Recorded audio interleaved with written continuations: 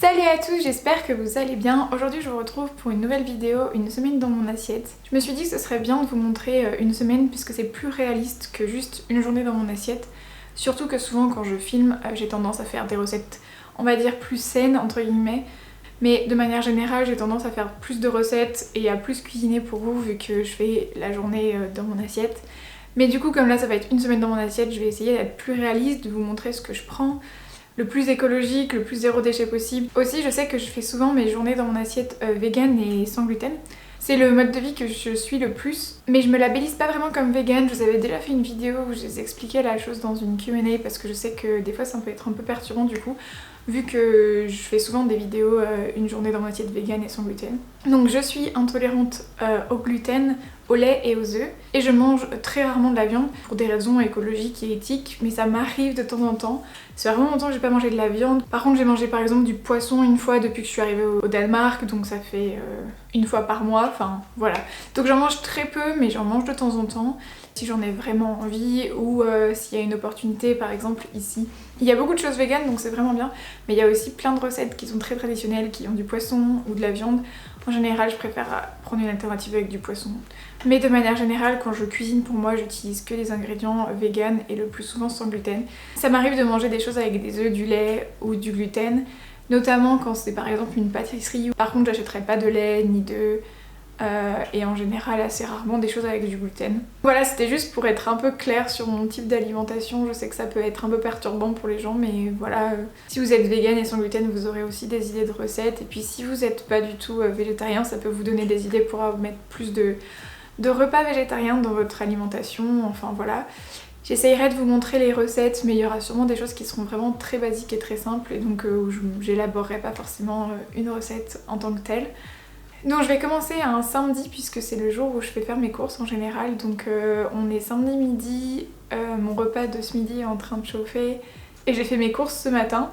Donc en général c'est comme ça que ça marche, donc c'est pour ça que c'est un peu bizarre. Ça commence pas le lundi parce que ce serait pas très logique en fait, donc voilà. J'espère que ce type de vidéo vous plaira et donc c'est parti pour une semaine dans mon assiette. Avant d'aller en course, je cherche des idées de recettes pour la semaine dans mes e-books et sur internet pendant que je prends mon petit déjeuner. Je fais ensuite une liste des repas de la semaine et des ingrédients à prendre qui se synchronisent sur mon téléphone. Une fois tous mes bocaux dans mon sac, c'est parti pour les courses. Voilà ce que j'ai pris pour cette semaine. Si vous voulez plus d'infos sur mes courses zéro déchet, je vous mets une vidéo en barre d'infos qui parle exclusivement de ça. Le samedi, je me fais un wok, donc je commence par découper les légumes, un brocoli, des carottes en lamelles et aussi un demi-oignon. Puisque l'oignon et les carottes mettent plus de temps à cuire, je les place en premier avec un filet d'huile d'olive. En parallèle, je mets aussi du riz à cuire, puis je rajoute le brocoli, je mélange bien et j'attends que ça cuise en rajoutant un petit filet d'eau si nécessaire. Je rajoute un peu d'ail et les légumes sont prêts. Je suis vraiment fan de ces mini samoussas vegan qui sont emballés juste dans du carton. Je les fais cuire dans la même poêle puisque j'en ai qu'une seule.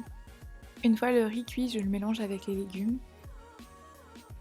Directement dans mon assiette, je rajoute cette sauce aigre douce qui est absolument délicieuse. Je rajoute les samoussas et voilà, c'est prêt.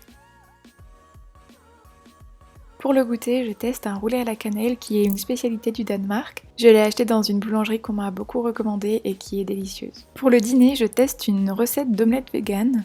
Je commence par faire revenir l'oignon avec un petit peu d'huile. Il me restait des saucisses vegan de la semaine dernière qui ne sont pas extraordinaires mais je voulais les utiliser. Donc je les rajoute à la poêle et je fais griller le tout. Pendant ce temps, je prépare la base de l'omelette avec de la farine de pois chiche, du thym et de l'eau. Une fois qu'on a une texture qui ressemble un peu à un œuf battu, on peut verser le tout dans la poêle. On laisse dorer un côté, puis on retourne à l'aide d'une assiette et on laisse dorer l'autre côté. J'avais prévu de me manger que la moitié, mais j'avais assez faim donc je l'ai mangé en entière avec un peu de houmous et de carottes. Ce matin-là, j'hésitais entre un petit déj salé ou sucré, donc j'ai fait les deux. Un peu de houmous avec des carottes et un peu de yaourt de soja avec un porridge de graines de chia. J'aime tellement le houmous que quand j'en ai, j'en mange tout le temps, donc en entrée, j'ai pris un peu de houmous et de carottes. Puis j'ai fait réchauffer une partie des restes de wok. En général, quand je cuisine, je fais des plus grandes quantités pour avoir des restes ensuite et pouvoir juste réchauffer. Et franchement, ce repas, je m'en lasserai pas, c'est trop bon. Pour le goûter, je me prends un jus de pomme acheté en vrac et un gâteau au chocolat qui est sans gluten mais pas vegan. Le soir, je prépare des pâtes bolognaise vegan à partir de protéines de soja et de lentilles corail. Je commence par faire tremper les protéines de soja dans de l'eau chaude pendant environ 10 minutes. Dans une grande casserole, je verse les lentilles corail, la sauce tomate, un bocal d'eau et les protéines de soja égouttées. Je mélange le tout et j'attends que ça cuise. En attendant, je prends une moitié de pamplemousse. Je l'ai goûté et il était trop acide pour moi, donc j'ai rajouté un peu de sucre brun. En parallèle, j'ai fait cuire les pâtes, je rajoute la sauce par-dessus, un peu d'herbe de Provence, et puis il n'y a plus qu'à déguster. Cette recette est vraiment très facile, très basique, mais délicieuse. Je prends rarement des desserts, mais là j'en avais vraiment envie, et je me suis fait un mug cake au chocolat, mais j'ai complètement oublié de vous le filmer. Je vous mettrai la recette que j'ai suivie en barre d'infos si ça vous intéresse. Pour le petit déjeuner de lundi, je me fais des pancakes à la banane. Il faut seulement quelques ingrédients, une demi-banane écrasée, des graines de chia, des flocons d'avoine et du lait végétal. Ici je fais à l'œil parce que j'ai pas de balance ni de blender, mais je vous mets la vraie recette en barre d'infos. Pour les faire cuire, il faut avoir une poêle très chaude et mettre un petit peu d'huile. J'avoue que ceux-là j'ai un peu galéré, ils ont pas mal accroché. Quand ils sont faits au blender, ils accrochent beaucoup moins, mais là il y a beaucoup plus de grains, donc ça accroche beaucoup plus. Pour mettre par-dessus, j'avais vraiment envie de quelque chose au chocolat, mais j'avais pas de pâte à tartiner, donc j'ai juste mis un peu de cacao avec du lait que j'ai bien mélangé. Ils sont pas parfaits, mais ils sont assez bons, même si je préfère la recette classique avec le blender. Dans la matinée, j'ai pris un snack de houmous carottes et crackers, et j'ai préparé la pâte à galette, qui est en fait très simple, c'est juste de la farine de sarrasin avec de l'eau et du sel. Le secret réside justement dans le fait de la faire reposer avant de la faire cuire. Là, je la prépare pour demain midi. Aujourd'hui, c'est principalement reste, donc le midi, je mange des pâtes bolognaise vegan, et le soir, du wok et des samoussas. Le mardi matin, j'ai pas vraiment faim et j'ai cours à 8 h, donc je prends juste du yaourt de soja et une banane. Pour le déjeuner, je me fais des galettes de sarrasin, je fais revenir 2 oignons à la poêle avec un peu d'huile pour en faire une fondue d'oignons. Pendant que les oignons cuisent, en entrée, je prends la moitié de pamplemousse qui me restait avec un peu de sucre à nouveau. Une fois que les oignons sont bien cuits, je rajoute du tofu en l'émiettant entre mes mains. Quand c'est bien mélangé, je peux passer à la préparation de la galette. Dans une poêle bien chaude, je mets un petit peu d'huile et je verse rapidement la pâte à galette. Une fois la galette prête, je peux mettre la préparation de tofu et d'oignons. Je referme la galette et voilà, c'est prêt. J'en ai mangé 2 en tout ce midi-là. Pour le dîner, je fais à nouveau une omelette vegan, cette fois-ci aux pommes de terre et aux brocolis. Une fois les pommes de terre cuites à l'eau, je les fais revenir avec les brocolis dans la poêle, puis je rajoute la préparation d'omelette. Je n'avais pas mis assez d'huile cette fois-ci, donc ça a bien accroché et j'en ai mangé juste la moitié. Le mercredi matin, je me suis fait un porridge pomme cannelle. J'ai découpé la pomme en petits dés, puis j'ai rajouté 3 cuillères à soupe de flocons d'avoine, un peu de graines de chia, de la cannelle et du lait végétal. J'ai tout mélangé ensemble, puis je l'ai mis au micro-ondes quelques minutes, et voilà mon porridge pomme cannelle. Je voulais vous faire une petite interlude pour vous expliquer un petit peu du coup mon alimentation et ma démarche pour faire cette vidéo particulièrement.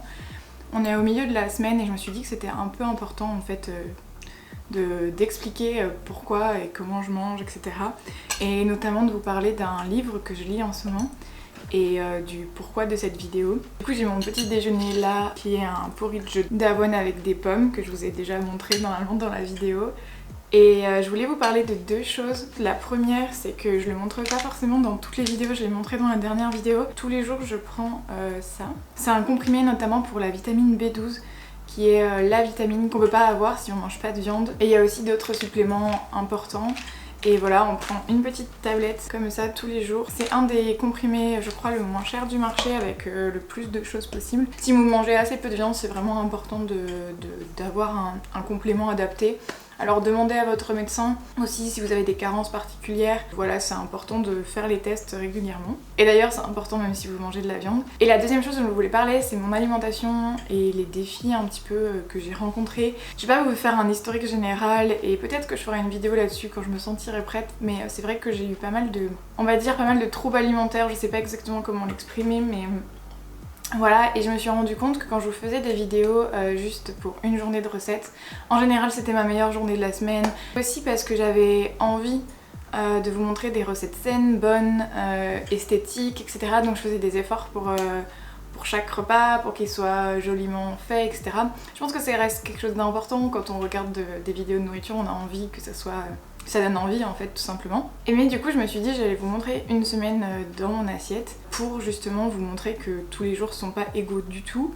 Et j'ai pas mal de mal en fait à faire cette vidéo, je me rends compte que ça génère pas mal de critiques internes. Déjà parce que du coup je regarde vraiment tout ce que je mange. Dans mon cerveau ça crée toujours un jugement de ce que je mange. J'ai aussi peur de me faire juger par rapport à ce que je mange, par rapport à quand je mange ou par rapport à toutes ces choses là dont la société juge en général. J'ai envie de montrer la vérité et aussi toutes les difficultés que peut avoir l'alimentation en général pour certaines personnes. Peut-être que vous n'êtes pas de ces personnes et du coup peut-être que ça vous intéresse pas, donc si vous voulez passer après et juste avoir les idées de recettes, allez-y. Je vous mettrai peut-être ici la minute à laquelle je reprends les recettes de la semaine. Pour ceux qui ont du mal à faire la paix avec la nourriture, qui se jugent en permanence par rapport à ce qu'ils mangent, qui mangent pas, qui s'empêchent de manger certaines choses, qui sont des troubles assez communs, surtout pour quelqu'un par exemple comme moi qui a choisi de pas manger de la viande pour des raisons éthiques et écologiques, mais qui a aussi pas mal d'intolérance alimentaire, le gluten, le lait, les œufs, qui en général font que je m'empêche de manger ces nourritures pour ma propre santé, mais ça peut générer en fait une certaine frustration qui peut s'accumuler et finir par causer en fait une suralimentation, enfin manger beaucoup trop et je sais pas comment ça se dit en français, mais binge eating, manger compulsivement on va dire. Et c'est quelque chose qui me donne énormément de culpabilité à la fois pour moi-même et pour ma santé, et à la fois aussi pour l'environnement en général, parce que lorsqu'on fait ça en fait, lorsqu'on mange justement de manière compulsive, on fait pas forcément attention justement à tout ce qui est déchets. Et c'est quelque chose en fait qui est réellement pas normal, et je sais que beaucoup de gens font face à ce genre de problème.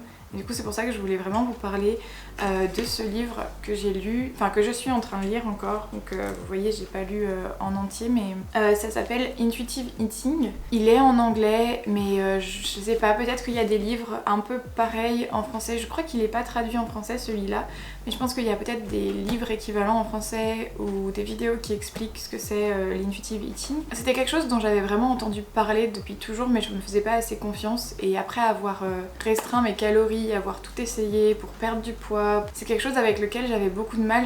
J'ai pas confiance en moi-même pour décider ce que je vais manger entre guillemets. Je mets beaucoup de règles etc qui finissent toujours par complètement exploser on va dire. Du coup c'est un cercle vicieux que je veux empêcher et que je veux changer. Déjà c'est pas quelque chose de facile pour moi à expliquer, et c'est aussi quelque chose qui normalement va pas forcément sur cette chaîne, mais je me suis dit que je parlais pas mal quand même de nourriture et de manger local, de manger zéro déchet qui est quand même une grosse valeur pour moi, ou alors de manger vegan, sans gluten, etc.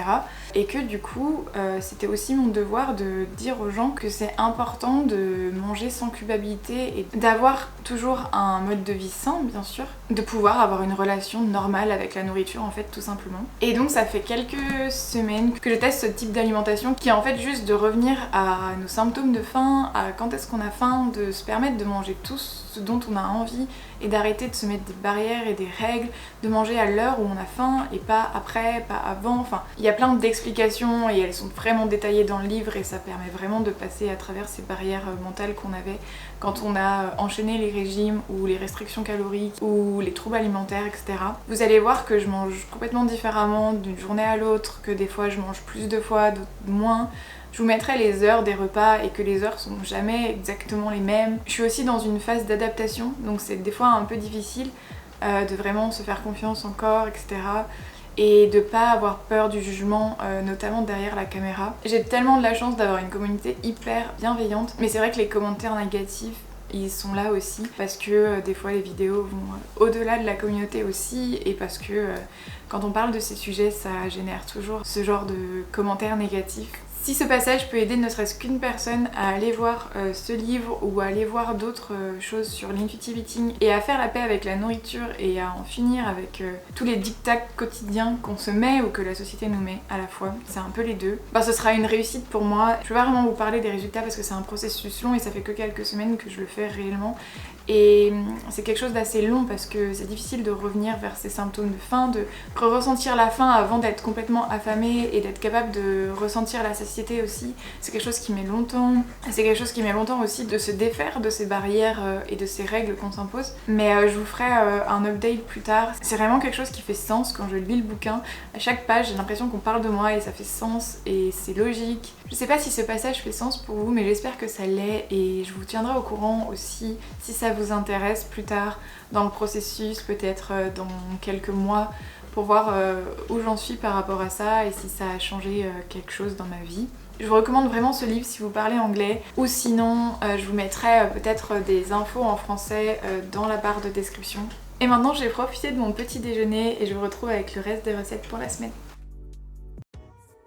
J'ai souvent cours entre midi et 2, c'était le cas ce jour-là, donc je me prends une salade à emporter avec du quinoa, des pois chiches, de la betterave et des brocolis.